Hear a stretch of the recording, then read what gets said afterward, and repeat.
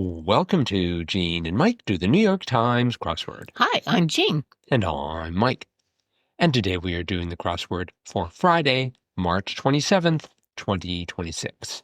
So, as the end of March draws nigh, Yes, how did you find today's crossword? I found it very white. Very white? You look at that puzzle. You know how many black squares there are?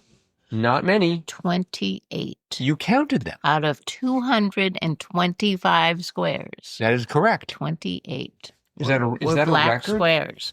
So I think that means that's a pretty tough puzzle. Mm-hmm. I found it so. I found it quite difficult. But I did it with our daughter and we got through it. Mm-hmm. And just for fun, we did it, right after it came up, to be, right after they released it. Mm-hmm. And so we went to Wordplay when we got it done, just to see what the comments were. And they, there were just a handful of them, but they were pretty positive, like, well, finally a hard one on Friday. Mm-hmm. This is the way they should be. Yes. So. Well, naturally, the first people to post are going to be those kinds of people. They got it done quickly. But anyway, it was fun. It was fun to solve. Mm-hmm. There were some fun answers. There were some answers I wasn't quite sure of what they meant, but anyway, it was fun. Yes. Mm-hmm. Yeah, I found it to be a little bit difficult, but not overwhelmingly so. I had one major mistake. Oh, no. That I should have been able to spot. It came down to one down, e-card site with a reduplicative name. And I wasn't sure what the word reduplicative meant. So I just assumed, since it looked like it was jib, and then I had a J, I thought it was jib. Oh, uh-huh. But apparently reduplicative means it's either the two syllables are either exactly the same or just off a little bit, like hurly-burly would be reduplicative. Mm-hmm. So I had jib, which meant that 22 across. Do we have a problem here? Well, the answer was ill-okay. And, I thought it was going to be I'm okay or it's okay. And I'm like, ill-okay. All right, that's okay. But it wasn't okay. No, it was not. And so I had to change it from jib to jib-jab. Right. I don't know if you've ever been to jib-jab to check out the e-card site. No, I have not. Well, if you need an e-card, they're the people to go to. Okay, I'll remember that. Anyways, with jib-jab, 22 across became all okay, which is a much better answer to the question, do we have a problem here? Yes, definitely. Mm-hmm. No. I liked, actually, I was puzzled by 3 down, because 3 down was like noble gases chemically. And so I thought, I know this one, inert. Yes, me too. But it didn't fit. No, unless you put 2 N's in. That was my first try. And I'm like, no, that doesn't look right. You're thinking of your inner T. Yeah. I think there's a reference to your thyroid gland. No, but no, it was stable. Yes. Stable. Which is true. I guess they would be stable. Mm-hmm. I could make a very geeky reference to Project Hail Mary and inert gases, but I'm going to refrain. Good idea. I know. I'm practicing being restrained here. Okay, well, good. I liked 4 down, nearest item to pick. This one. Yes. That was good. We put closest. Oh, that's good as well. Yeah. And the S was in the right place. One of the letters was correct. But it didn't work anywhere else. It took me a moment to figure out 7 down, like 97% of the United States per the Census Bureau. It was 5 letters long, so I thought it's rural. And I thought, but that's not 97% of the United States, but it is by landmass. Yeah, by landmass, it definitely is. It's 20% by population. So 80% of the country lives in, I guess, either suburban or urban environments. Right. Mm-hmm. Which is easy to imagine because, sure. I mean, they're all sort of squished in there. Yeah, makes sense. Let's hear it for apartments. 9 down, some choppers. I wanted it to be teeth. Yes, we did too. Really? But it didn't work. And then I wanted it to be helos, because those are short for helicopters. Mm-hmm. But it was Hueys. An exact type of helicopter. Right. And I think I've seen that before. Mm-hmm. I don't know if it was in this crossword or another, but but I've seen that before as an answer. In between, we had 8 down, old hand at shorthand, steno. That was like the only one I knew in that entire corner. Really? We got nothing at all in that upper half. And as it seems like it always happens in Fridays and Saturdays, the bottom half always seems easier to us. Right. We always get it filled in much more quickly, and it just seems easier. And then, we get that filled in, and then we have a few letters that help us get through the middle, and then we get, a few more letters, and then that helps us get the top. Right. But yeah, that was the only one I knew in that corner for sure. What about 11 down? That was Lilliputian, we.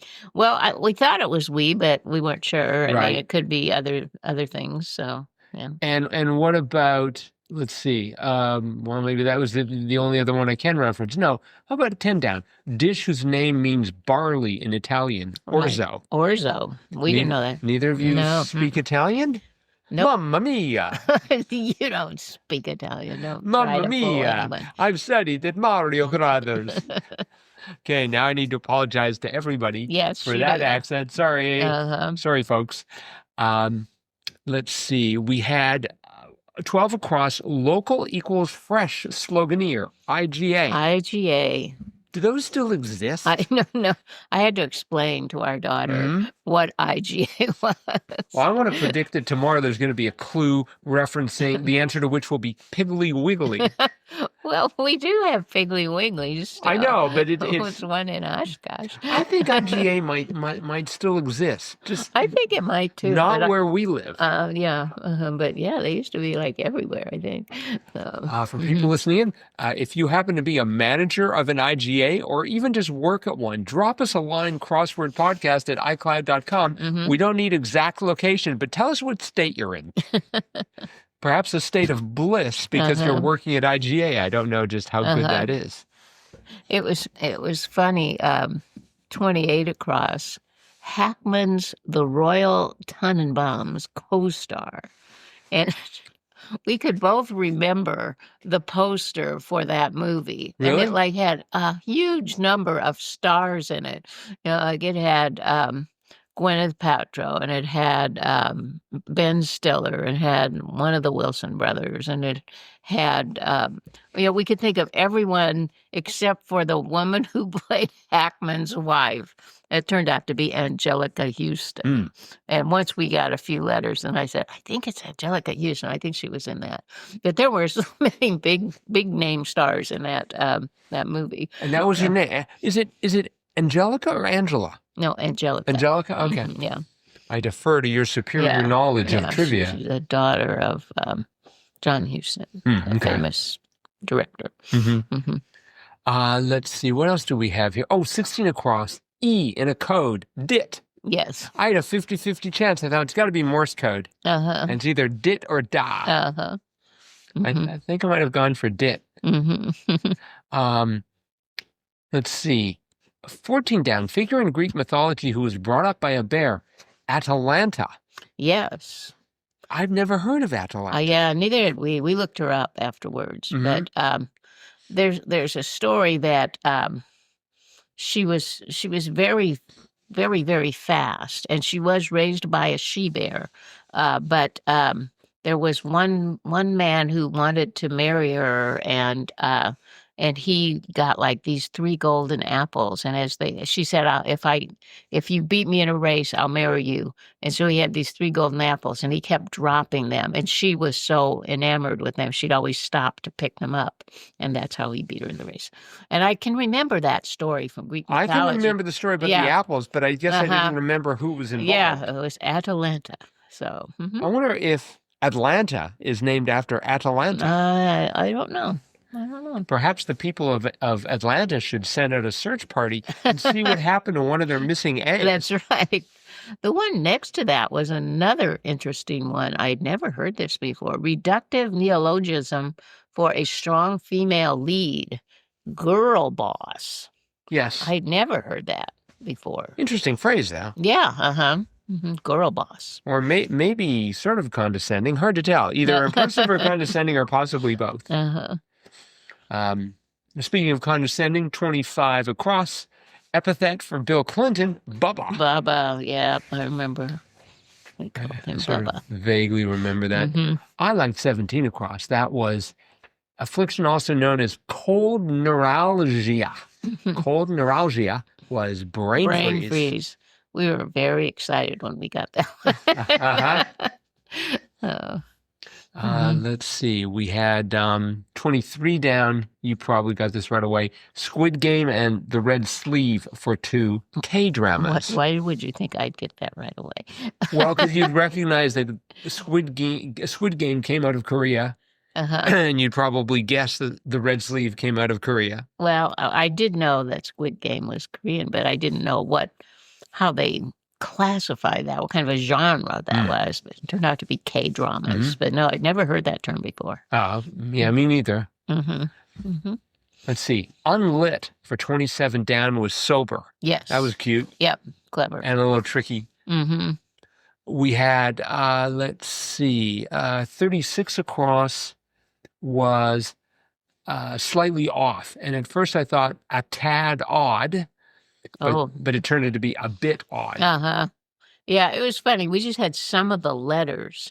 And, we really weren't paying much attention to that because we didn't know what to put in there. But anyway, it turned out we got all of it in except for the second to last one, which was 28 down, was the cross there, lacked an alternative. And I said, it looks like had to or has to. Right. And so we put had to, and then that popped up, a bit odd. Oh, yeah, a bit odd. So we got the other one filled in, even though we didn't know we got the other one filled in. Which is always a happy surprise when you do a crossword, and it's like there's one you don't know, and you just keep kind of working around it, and you actually get it all filled in without actually knowing that you've got it all filled in. Right. Yep.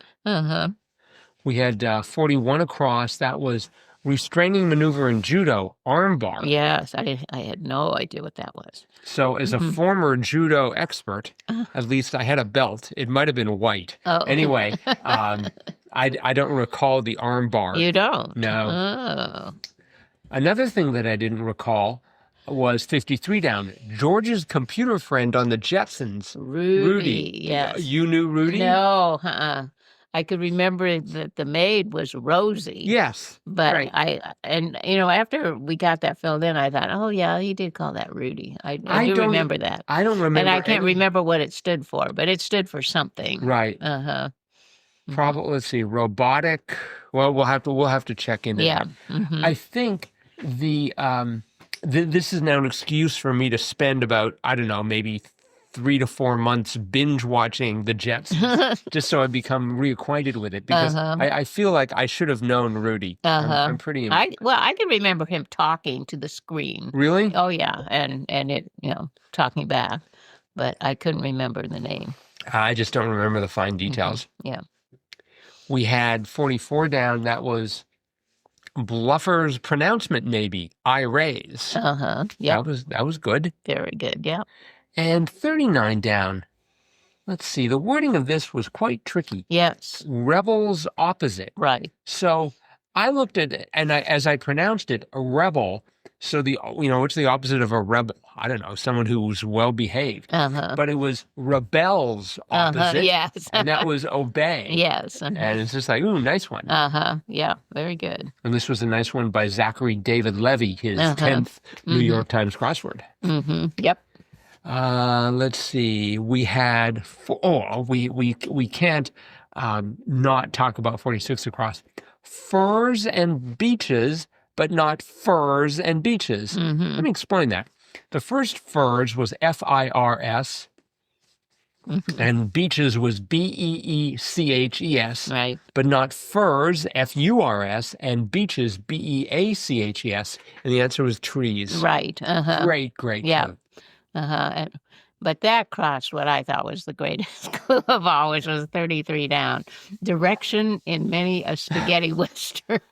That away. You have to say it with the right. You have to say that with the right accent. I went that away. I don't know if that was the right Just accent made or not. me laugh out loud. Because, you're thinking, direction in a spaghetti. Well, it could be, something about rounding up, or, coming in or, just some sort of a direction that a director would give. But no, it was that-a-way. Yeah. For some reason, I actually want to spell that with a D, that-a-way. Oh. But I guess it is that-a-way. It's that-a-way. That's a pretty tough T there. Yep. We had 48 down. I think I've always had problems with this. Pianist Rubinstein was Arthur. Right. I'd like to know what happened to the H of Arthur. Well, your daughter asked the same question. I presume it went... Isn't it supposed to be Arthur? So I'm assuming it went to the same place as the missing A of Atalanta. They got together and they had ha. Right. Do you know what happened to the missing H of Arthur? No, there was never an H there. Really? Yeah, that's his name, Arthur. Arthur. Are you Tur? Okay, I guess so. We had a 61 across, totally missing the big picture, nearsighted. That was funny. And I'm assuming you got 56 down, NFL coach Quinn Dan. No, I did not know. You didn't know an NFL coach? I'm shocked. No. What about... I only know a few NFL coaches. What about Brett Starr? No, I'm sorry. Bart Starr. Bart Starr. Yeah. I don't believe he was My ever idol. a coach. He was a What? Green Bay Packer player, not a coach. Really? Yeah. Oh, okay. Well, so much for my claim that I was about to make that I was one of his greatest fans. Apparently, I didn't know what his job was. No. Now, 54 across was a bit of belly aching, and the answer was moan. You will recall that yesterday we had Moana. That's right. And today we have moan. So tomorrow we're going to have MOA. MOA. Which is a military operating area, and it's going to refer to something in aviation. So Isn't it a bird, too? I think that's a boa. No. That's a snake. A moa is a bird? I was thinking it was. It might be. I don't know. Listeners, do you have any moas in your backyard? Let us know. Crosswordpodcast at iCloud.com. It might be extinct bird. Send a picture, and that'd be a dodo. So, all right. Yeah, it was a flightless bird. A giant flightless bird. The next target for de-extinction. They're going to try to bring it back. A moa? Yeah. They shouldn't do it. It's not really a dead bird. It turns out that they're going to be restoring like a T-Rex or something like that. Or what? Let's see. What was the name of the it wasn't a pterodactyl. In Jurassic Park, a velociraptor. They're going to be reviving a velociraptor. Oh, no, I don't think so. I hope it's not. going to end poorly. I know it. But yeah, moa. They were from New Zealand. I remember seeing. Well, there's the Maori from New Zealand. Yeah, the moa is the bird that used to live there. So, yeah. But that's Mayo. Wait. Maori is Maori. This is MOA. Right. Yeah. Okay. Well, thank you for that bit of enlightenment. I think we will classify that as our fun fact for Fun Fact Friday. I think that's a very good idea. All right. So that is almost it for today, except for the fact that we have some listener mail. Oh, great. And this is pretty interesting. It's from Trey. And the subject of his email is Thursday's Puzzle, a Constructor's Perspective. Hi, Gene and Mike. I apologize in advance for a rather long email. I won't take offense if you decline to read it on the show, but I just thought I'd share. Well, we're delighted to be able to read this. Yes. As you noted, Thursday's Flip the Bird puzzle was indeed a good one. It was also a letdown for me as a constructor. First, as I was doing the puzzle, I realized how similar it was to a theme I have in my notes that I've been trying to flesh out with the same revealer. Oh. My idea was to flip around some bird names to make a theme set. My theme answers and clues were Sparrowjack, aviation fictional pirate. Maybe I should be reading the clue first. I think it would make more sense. Avian skater who flies high above the half-pipe, Hawk Tony. Avian English architect, Wrench Christopher. Isn't that great? Wren Christopher. Well, he's got it as Wrench Christopher. Oh, okay. Let's see. Avian magician, J. Ricky. Uh-huh. And the revealer was Flip the Bird. Yeah. That feels like it could have easily gone into the New York Times crossword. Definitely. That is a great theme. But he goes on, alas, I had to go into my notes and cross out this theme idea with the added comment, killed because of 3/26/2026 puzzle. I don't know. I think you should still try. Go for it, Trey. Yeah. Maybe they'll forget after a week. I was going to say, maybe not this year, maybe next. Right. Mm-hmm. Thursday's puzzle also reminded me of my previously rejected flip of a coin puzzle. I've attached the NYT submission, which worked the same way, flipping around coins inside of answers. So his answers were retro Q-back, which is quarterback spelled backwards. No. Cone minted, which was there's a dime in the middle of that. Yeah. Uh-huh. And let's see, Pumper Leckenrye, which was, so there is nickel in there. Uh-huh. Pumpernickel. Oh boy, these are shrewd. Uh-huh. And then Enep-wise, which was Pennywise. Mm-hmm. Oh, those are great. Uh-huh. As you know, it's tough to get a puzzle published in the Times. Thursday's puzzle was a reminder to me of just how tough it is, even when you get really close. Uh-huh. Catch you in the crosses, Trey. Mm-hmm. If we were editors, Trey, both of those would have been published. Yeah, great ideas. P.S. Mike, you wondered about the accuracy of the solar revolutions clue, but it is in fact grammatically and scientifically correct. The Earth is revolving around the sun, so the revolution is solar, just as the International Space Station is in Earth orbit when it goes around the Earth. Right, yeah. Okay. Mm-hmm. Similarly, Artemis 2 will go into lunar orbit when it goes around the moon. The adjective is the thing at the center being revolved around. Yeah. Yep, that makes sense. Yeah, That's okay. right. All right. I certainly hope that Artemis 2 goes into lunar orbit. Actually, I don't know if it's supposed to. I think it's supposed to just wing around it once and then come back. I think if it goes into orbit, they have a problem. But that is a quibbling detail. This was a great contribution here, Trey. Yep. Thank you so much. Thank you. Yeah. Our condolences that you didn't get these crosswords accepted, but as you say, it's tough to get into the New York Times. Yep. So, all right. Well, that is it for today. If any other listeners would like to do what Trey just did, you can drop us a line, crosswordpodcast@icloud.com, or click on the send fan mail link. That is it for today. Saturday's crosswords out. We know it's going to be tough. We know it's going to have the word MOA somewhere in the grid. Okay, that's just a theory on my part. Yes. But we're going to come back to talk about that crossword, and we hope you will join us as we do so tomorrow. Bye-bye.